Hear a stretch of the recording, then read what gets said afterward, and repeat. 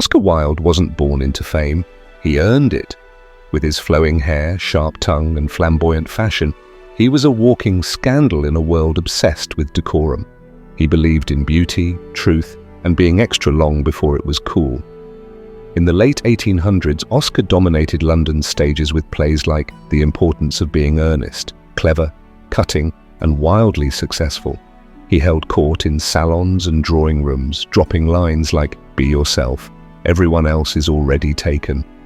Society adored him. He was funny, brilliant, and unapologetically himself, but also dangerously ahead of his time.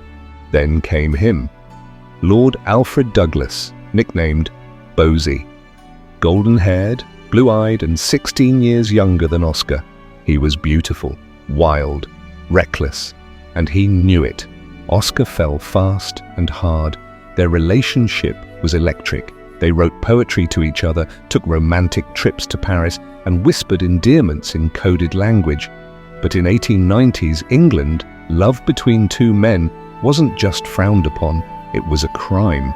Still, Oscar didn't care. He lived for the thrill, for the drama. And Bosie, he loved the attention, but with youth came danger, and Bosie's father, he would prove deadly. Lord Queensberry, Bosie's father, was everything Oscar wasn't. Aggressive, conservative, and obsessed with proper masculinity. He hated Wilde, and hated even more that his son was under his spell.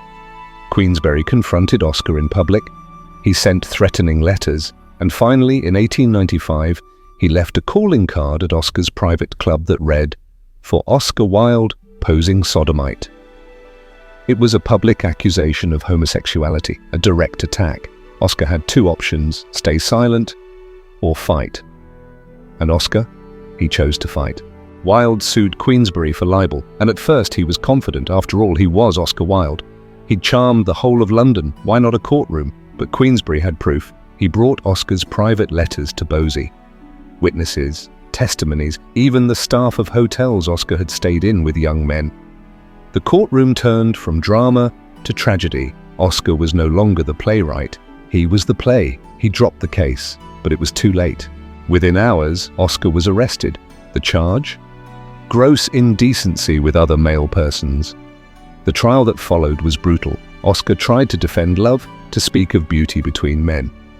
But Victorian England wasn't listening.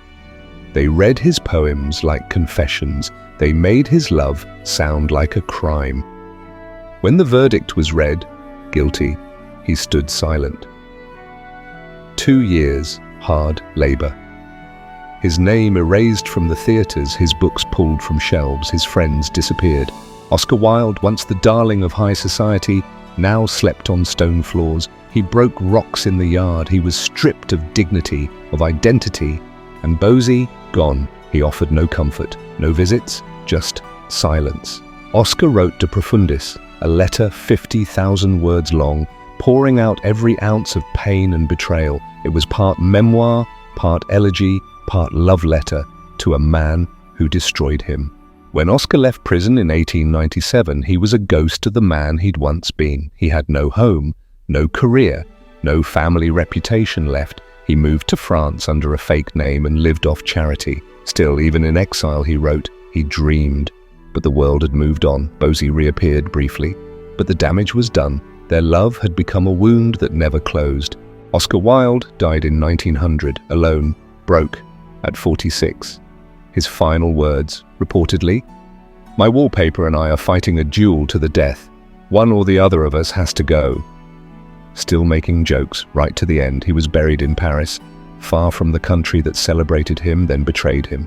Today, we quote him endlessly.